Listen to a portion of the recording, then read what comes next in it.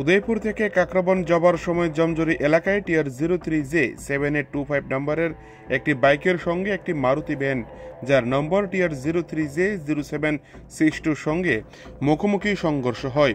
আর এই সংঘর্ষের ফলে বাইক আরোহী বাবুল দাস বয়স ৪৫ বছর ঘটনাস্থলে ছিটকে পড়ে গুরুতর আহত হয়।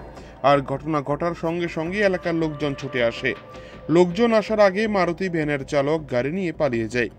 ঘটনার খবর পেয়ে অগ্নি নির্বাপক দপ্তরের গাড়ি এসে আহত বাইক চালক বাবুল দাসকে গোমতী জেলা হাসপাতালে নিয়ে যায় চিকিৎসার জন্য। বর্তমানে আহত বাইক চালক চিকিৎসাধীন অবস্থায় রয়েছে হাসপাতালে। পুলিশ মারুতি ভ্যানটিকে আটক করার জন্য তল্লাশি চালিয়ে যাচ্ছে। প্রতিনিয়ত উদয়পুরে যেভাবে বেড়েছে গাড়ি এবং বাইক দুর্ঘটনা, তাতে করে ট্রাফিক দপ্তরের ভূমিকায় উঠছে প্রশ্ন।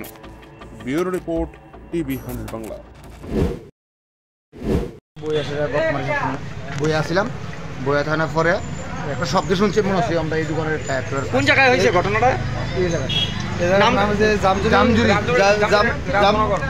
রাজধানগরে ধরে মানে বিপ্লব ঘোষের বাড়ির এরিয়া করে বিপ্লব বাড়ি তারা তারা এদের স্পটে আসলো, তো তারা এখান থেকে শব্দ পাইয়া এদের দেখলো। এরপরে একজনও কইছে ফালাটা না, তো তৎক্ষণাৎ আমার কাছে একটা ফোন আইয়া যে ফালাটান একটা বাইক অ্যাক্সিডেন্ট হয়েছে। তো আইয়া দেখলাম এই জায়গাটার ভিতরে এই ঘটনা। একটা তারার কথার সূত্রে এটা বলে মারুতি গাড়ি আসলো, মারুতি গাড়ির নাম্বারটা হয়েছে, মারুতি গাড়ির নাম্বারটা দাঁড়ান নোট করে রাখছে বলে, নাম্বারটা হচ্ছে TR03J0782।